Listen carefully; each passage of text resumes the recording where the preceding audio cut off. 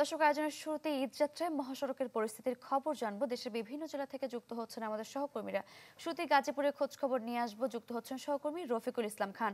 রফিক।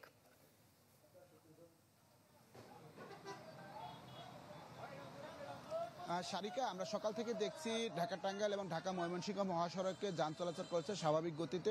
তবে বেলা বাড়ার সাথে সাথে যাত্রীদের সংখ্যা কিন্তু বাড়তে শুরু করছে। আপনাকে যদি একটু দেখায়, আপনি নিশ্চয়ই দেখতে পাচ্ছেন যে এই মুহূর্তে কিন্তু চন্দ্রা ত্রিমুরে বেশ কিছু যাত্রী অপেক্ষা করছে তাদের নির্ধারিত স্থানে যাওয়ার জন্য। তবে যানবাহনের সংখ্যাও কিন্তু রয়েছে। তবে চন্দ্রা মোড়ে দুইটি লেন করা হয়েছে, একটি লোকাল লেন আর একটি হলো ডাইরেক্ট লেন। ডাইরেক্ট লেন নিয়ে যে লেন দিয়ে যে সমস্ত গাড়ি যাচ্ছে সেই সমস্ত গাড়িকে কিন্তু কোনো বেগ পেতে হচ্ছে না। যেই সমস্ত গাড়ি আবার যাত্রী নেওয়ার জন্য লোকাল লেনে ঢুকছে সেই সমস্ত গাড়ি একটু যানজটে পড়তে হচ্ছে, অর্থাৎ থেমে থেমে সেই গাড়িগুলো চলছে এবং যাত্রী নেওয়ার জন্য মূলত এটি হচ্ছে। তো আমরা পুলিশ প্রশাসনের কাছে জানতে পেরেছি, তারা যেটি বলছে চন্দ্রামুরকে কেন্দ্র করে যাতে করে বড় ধরনের কোনো যানজটের সৃষ্টি না হয় সেই জন্য তারা এখানে 6 শতাধিক আইন শৃঙ্খলা বাহিনীর সদস্য রয়েছে। তাছাড়া চন্দ্রামুরে যে সমস্ত টিকিট কাউন্টার রয়েছে সব টিকিট কাউন্টারই কিন্তু গতকাল থেকে বন্ধ করে দেওয়া হয়েছে। অর্থাৎ এই টিকিট কাউন্টার টিকিট বিক্রি করলে সেখান থেকে যাত্রী নেওয়ার জন্য বাসগুলো দাঁড়িয়ে যায় এবং দাঁড়িয়ে যাওয়ার ফলে যে যানজট লাগে এবং সেই যানজট যাতে না লাগে সেই জন্য মূলত চন্দ্রামোড়ের সকল টিকিট কাউন্টার বন্ধ করে দেওয়া হয়েছে। তো যে সমস্ত টিকিট কাউন্টারের গাড়ি রয়েছে এবং যে সমস্ত টিকিট কাউন্টার মালিক রয়েছে তারা কিন্তু এই নিয়ে মিশ্র প্রতিক্রিয়া জানিয়েছেন, যেহেতু হঠাৎ করেই প্রশাসনের পক্ষ থেকে তাদের কাউন্টার বন্ধ করে দেওয়া হয়েছে, ফলে যে সমস্ত আগে থেকে যে সমস্ত টিকিট বিক্রি করা হয়েছিল সেই সমস্ত যাত্রীরা কিন্তু কিছুটা ভোগান্তিতে পড়তে হচ্ছে। তাছাড়া নতুন করে কিন্তু কোনো টিকিট বিক্রি করতে পারছে না সেটি তারা বলছে। তো এই বিষয়ে গতকাল কিন্তু হাইওয়ে পুলিশের আইজিপি এসে তিনি বলেছিলেন টিকিট কাউন্টারগুলো খুলে দেওয়ার জন্য, তারপরেও সেই টিকিট কাউন্টারগুলো লোকাল প্রশাসন আসলে খুলতে দেয়নি, সেটি অভিযোগ করছেন টিকিট কাউন্টারের মালিকরা। তো দুটি সড়কে এখন স্বাভাবিক গতিতে যানবাহন চলাচল করছে এবং দুপুরের পর যখন শিল্প কারখানার ছুটি হয়ে যায় তখন দেখার বিষয় আসলে মহাসড়কের কি পরিস্থিতি হয়। এই ছিল এখান থেকে সর্বশেষ খবর। সারিকা। আমি আর ম্যাগি, স্বাদ ও ভালোবাসার দারুণ জুটি ফ্রম নেসলে। রফিক, ধন্যবাদ আপনাকে। দর্শক, গাজীপুরের খবর জানছেন। এবারে পদ্মা সেতুতে ঈদযাত্রায় ভিড় বাড়ছে যাত্রী ও পরিবহনের। আরো খবর জানাতে মুন্সিগঞ্জ থেকে যুক্ত হচ্ছেন সহকর্মী শুভ ঘোষ। শুভ।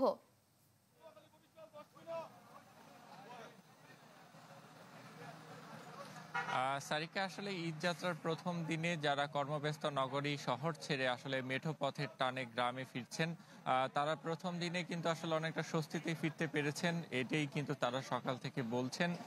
সকাল থেকে মাওয়া প্রান্তে যারা এসেছেন রাজধানী থেকে নানা উপায়ে বিভিন্ন গণপরিবহনে কিংবা ভেঙে ভেঙে আমরা তাদের সাথে কথা বলেছি, তারা বলছে যে সড়ক পথে কিন্তু তারা খুব একটা ভোগান্তি পাননি। অর্থাৎ ভোর রাতের যে সেহেরি খেয়ে কিন্তু তারা রওনা দিয়েছেন গ্রামের উদ্দেশ্যে। এবং গতকালকে যেহেতু গার্মেন্টস ছুটি হয়েছে এবং 28 তারিখ থেকে যেহেতু ঈদের আনুষ্ঠানিক ছুটি শুরু হবে, গার্মেন্টস ছুটির পরে অনেকে শহরে কেনাকাটা করছেন, প্রয়োজনীয় কাজ সারছেন, এরপরেই কিন্তু তারা গ্রামের বাড়িতে ফিরছেন। তবে অন্যান্য বার আমরা যে চিত্র দেখেছিলাম যে আসলে পরিবার, বাবা মা, স্ত্রী, সন্তান সবাইকে সাথে নিয়ে গ্রামের বাড়িতে ফেরা, এই বছর এখন পর্যন্ত যাদের সাথে কথা হয়েছে তারা বলছে যে একাই ফিরছেন। বিভিন্ন ভোগান্তি এবং অন্যান্য কারণে কিন্তু আসলে পরিবারের যে সদস্যদের তারা আগেই গ্রামের বাড়িতে পাঠিয়েছেন, এখন অফিসের ছুটি শেষে কিন্তু তারা গ্রামের বাড়িতে ফিরছেন। মূলত আজকে যারা ফিরছেন এদের মধ্যে অধিকাংশ গার্মেন্টস কর্মী। তবে ঈদযাত্রার শুরুতেই প্রথম দিনে কিন্তু বাড়তি ভাড়া আদায়ের কোনো অভিযোগ এখন পর্যন্ত পাওয়া যায়নি, কোনো ধরনের যানজট কিংবা ভোগান্তির তথ্যও কিন্তু পাওয়া যায়নি। অর্থাৎ অনেকটা স্বাভাবিক সময়ের মতোই নির্বিঘ্নে কিন্তু মানুষ গ্রামের বাড়িতে ফিরছেন। এবং যারা ফিরছেন এদের মধ্যে কিন্তু আসলে এইবার উল্লেখযোগ্য হারে পুরুষের সংখ্যাই বেশি, এখানে নারী কিংবা শিশুদের উপস্থিতি কিন্তু খুব একটা চোখে পড়েনি। এবং বিভিন্ন গণপরিবহনে যাত্রীবাহী বাসে করে যারা আসছেন আমরা তাদের সাথে কথা বলেছি, তাদের সাথে কথা বলার পরে কিন্তু তারা বলছেন যে রাজধানী থেকে খুব একটা ভোগান্তি পাননি। অর্থাৎ খুব অল্প সময়ের মধ্যেই কিন্তু তারা মাওয়া পর্যন্ত পৌঁছেছেন, এরপর পদ্মা সেতু অতিক্রম করে কিন্তু গন্তব্যের উদ্দেশ্যে যাবেন। অর্থাৎ দক্ষিণ পশ্চিমাঞ্চলের দেশের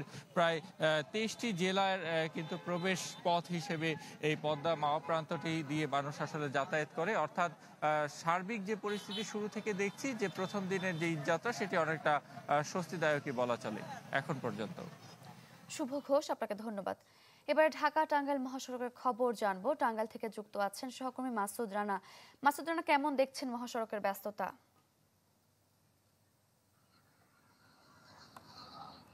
সারিকা, আমি এই মুহূর্তে রয়েছি ঢাকা টাঙ্গাইল যমুনা সেতু মহাসড়ক এলাকায়। আমার পিছনে যে মহাসড়কটি রয়েছে এই মহাসড়কটি মূলত উত্তরবঙ্গের প্রবেশদ্বার হিসেবে পরিচিত। এই মহাসড়ক দিয়ে প্রতি বছর ঈদে ঘরমুখী মানুষ ঠিক এই সময়টাতে কিন্তু অনেকটাই ভোগান্তি এবং যানজটের শিকার হন, কিন্তু এবছর তেমনটি হয়নি। এবছর যদি আপনাকে আমি একটু জানিয়ে রাখি, গত কয়েকদিন আগেও এই ঢাকা টাঙ্গাইল মহাসড়কের যারা চলাচলকারী বাস চালক সহ অন্যান্য সেতু পর্যন্ত 13.6 কিলোমিটার যে মহাসড়কটি, এই মহাসড়কটি 2 লেনে চলতে হয়, যে কারণে প্রতি বছরই কিন্তু ঈদে ঘরমুখী মানুষের ব্যাপক ভোগান্তি পোহাতে হয়, যানজটের শিকার হয়। কিন্তু এবছর তারা সেই একই সংখ্যা করছিলেন, কিন্তু এই যে ঠিকাদার প্রতিষ্ঠান এবং জেলা পুলিশ সহ যে স্থানীয় যে অন্যান্য কর্তৃপক্ষ রয়েছেন তারা কিন্তু এবার নিশ্চিত করেছিলেন যে ঈদের কয়েকদিন আগেই অর্থাৎ 23-24 তারিখের মধ্যে কিন্তু তারা এই আরেকটি সার্ভিস লেন খুলে দেবেন, এবং তাদের কথা মতো কিন্তু এখন পর্যন্ত তারা গত 3 দিন আগে এই মহাসড়কের এই যে এলাঙ্গা থেকে যমুনা সেতু পর্যন্ত যে 13.6 কিলোমিটার রাস্তাটি রয়েছে সেই মহাসড়কের একটি অংশ খুলে দিয়েছেন। ফলে এখন বর্তমানে এই মহাসড়কে ঈদে ঘরমুখী মানুষ চলাচল করতে পারছে, 4 লেনের সুবিধা পাচ্ছেন তারা। এছাড়াও আমি টাঙ্গাইলের যে পুলিশ সুপার রয়েছেন তার সাথে কথা বলেছি, বিবিএর যে সেতু কর্তৃপক্ষ রয়েছে তাদের সাথে কথা বলেছি। তারা জানিয়েছেন স্বাভাবিক দিনের তুলনায় গত 2 দিনে অর্থাৎ আপনার মাসুদ রানা, আপনাকে ধন্যবাদ। দর্শক, এবারে আমরা পাটোরে ঘাটের খবর জানবো। মানিকগঞ্জ থেকে যুক্ত আছেন সহকর্মী ইউসুফ আলী। ইউসুফ। সারিকা, মানুষজন পরিবার পরিজনের সাথে ঈদের আনন্দ ভাগাভাগি করে নেওয়ার জন্য কিন্তু গ্রামের বাড়ি ছুটছে।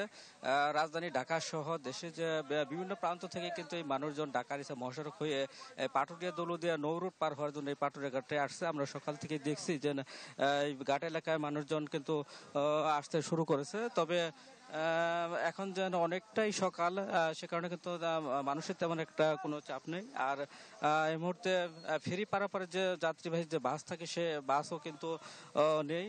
আমি যদি একটু দেখাই যে ঘাটের চিত্র, যে পাটুরিয়া 3 নং ঘাটে রয়েছি। এই 3 নং ঘাটে মিডিয়ার টাইপ একটি ফেরি গৌরী, সেটি কিন্তু দৌলতিয়া প্রান্ত থেকে একটু আগে এসেছে এবং সেটি থেকে যানবাহন লোড হচ্ছে, এবং লোড হওয়ার জন্য কিন্তু দেখছি যে ব্যক্তিগত যে গাড়ি, প্রাইভেট কার সেগুলো রয়েছে।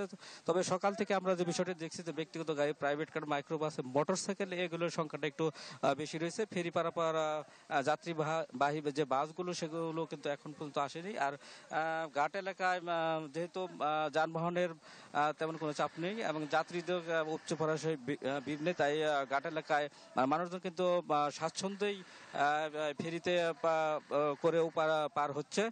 যেহেতু যাত্রীবাহী বাসে দীর্ঘ সারি নেই, সেই কারণে কিন্তু যানবাহনের চালক এবং যাত্রীদের কিন্তু ভোগান্তি নেই। আর বিআইডব্লিউটিসি বলছে তাদের পর্যাপ্ত ফেরি রয়েছে। এই পাটুরিয়া দৌলতদিয়া নৌরুটে এবার দেশের দক্ষিণ পশ্চিমাঞ্চলে মানুষজন পারাপার এবং যানবাহন পারাপারের জন্য কিন্তু তাদের 17টি ফেরি রয়েছে।